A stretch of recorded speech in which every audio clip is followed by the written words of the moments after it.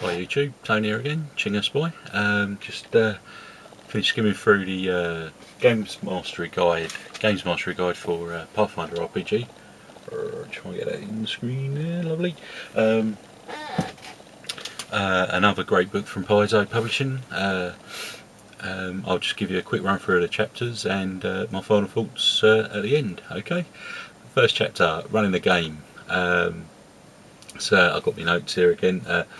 This chapter provides great general info on how to get a group together, what to do, what not to do, how to get out of tricky situations with your players, prevent some faults on game aids as well, and I'll mentions initiative trackers in there. I was thinking of using the Warhammer Fantasy Roleplay initiative tracker, try and fuse these two games together in some way.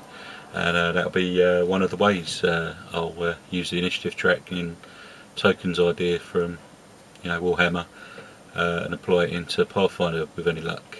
Should work, yeah, should do. There's a lot of information in this chapter. It's a really good chapter. I can see myself coming back to it a few times, I reckon, especially while I'm not playing.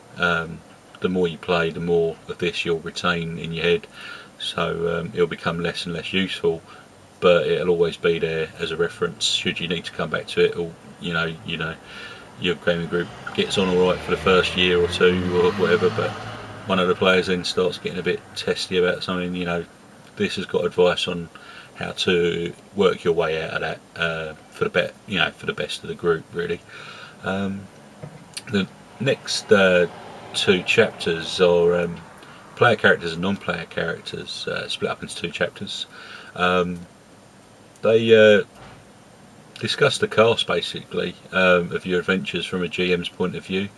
They go from helping a new player find their character's role, in the party.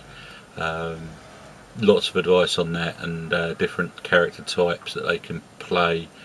They might find one or more of those that they absolutely fall in love with, and that would obviously help them become a better player, and can only help the group in the end.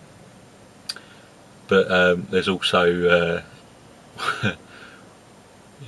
ways of playing the evil wizard that's out to set up that new player's destruction. I particularly like the villain's escape kit that's in the chapter there. I used to use escape kits quite a lot in Shadowrun, as I love recurring characters, especially when they make life uncomfortable for the player characters. So the next chapter is the rewards chapter. This gives details on how to reward your players properly, without making them too powerful too quickly, or not powerful enough for your adventures. It goes into how to reward XP properly, and what magic items maybe to make available to the characters at any particular moment. Just ask you to think about how you're rewarding the characters basically. The middle third of this book, it's quite a big section of the book, is devoted to creating worlds and the adventures. It basically split up into two chapters, creating a world and adventures.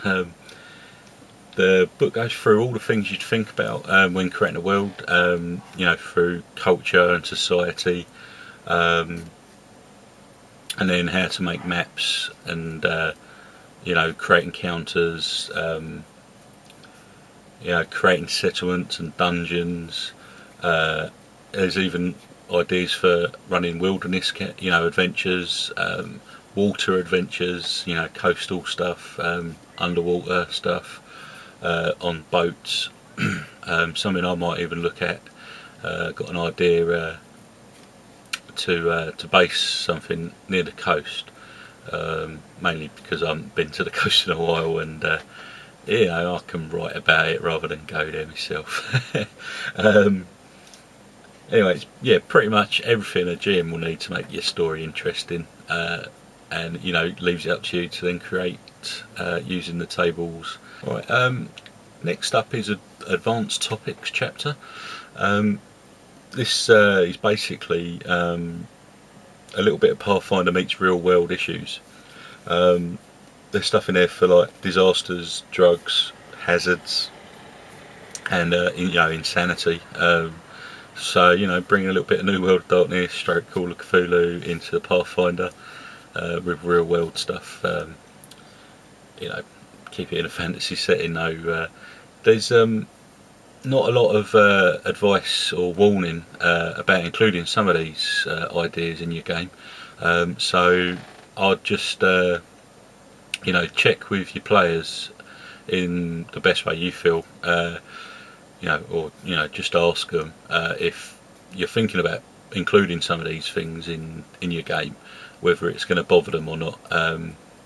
People have problems with drugs and drink, and they lose people in the real world, and you bringing it up in a game might not be their idea of fun.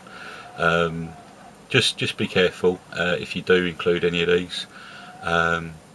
Your players probably going into a Pathfinder game not expecting this sort of stuff to occur, appear. So just make sure.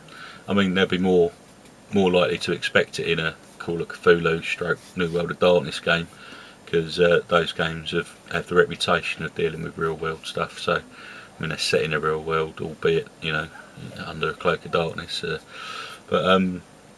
It's just a bit of advice from me really. I've not had players, fortunately, myself, that have been affected by this sort of stuff, but I read about it, and it's a concern that you need to take on board.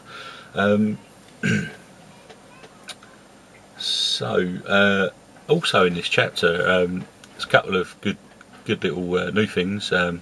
There's haunts, which is basically like triggered events. Say in a building, you got I think the example they give is bleeding walls, where you when you get in the vicinity of this haunt, it triggers, and streams of blood go down the walls, and there's a woman shrieking in the background. Like sort of add an element of horror to your Pathfinder game. I'd love to use this in my game, especially this time of year. I mean, great for a Halloween game, eh? I think there's a book on RPG Now, PDF, that you can buy with lots of these haunts as examples. I'll probably pick that up actually for a bit of a read and some more ideas on creating my own haunts. Really, they just really touch on it in the book, but it's a great new idea, I think, and add a little bit of horror to your your player's experience. It's always good. The other thing is the chase rules. They use sort of a grid with the chase scenes on, if you like. For example, narrow ledge, make an acrobatics DC 15 roll. And you have several of these that make up the chase sequence. Like narrow passageway, slippery roof, stuff like that. Pretty good idea, I think. I've done it a similar way with playing, sort of cards made up, not playing cards, but cards with stuff written on them that we drew and threw down. You had a hand of cards with all your actions or places you were going to jump to or run off to next, and I used that in a Conan RPG game, D20.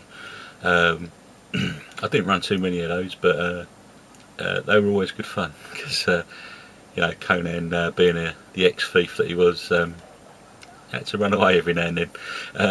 So yeah, it's good having him run through markets, throwing chickens at people and stuff like that. It's great, good fun, and I think really good on a one-on-one sort of situation, or one versus the city guard or something like that. great ideas. So get your thief involved in a bit of running across rooftops and jumping through windows and stuff like that. It's pretty good. So rounding out the book is the final chapter called NPC Gallery. It's a great chapter actually for GMs. It can probably get you out of a bind or two in the future. It's basically an NPC. It's lots of ideas for NPCs, basically split up by the type of NPC, i.e., city guard or a warrior or a wilderness guys, stuff like that, nobles, and then within each of those sections you have scalable challenge rating NPCs. With brief sort of descriptions and sort of, I don't know, a column each sort of thing. But another handy thing about this chapter is at the beginning there is an index sorted by challenge rating, going from like a third to 20 or whatever it goes to. So it makes it really, with the page number next to it, which makes it really easy to find what type of NPC you want, what challenge rating you need, and then flick to the page and you've got it in front of you.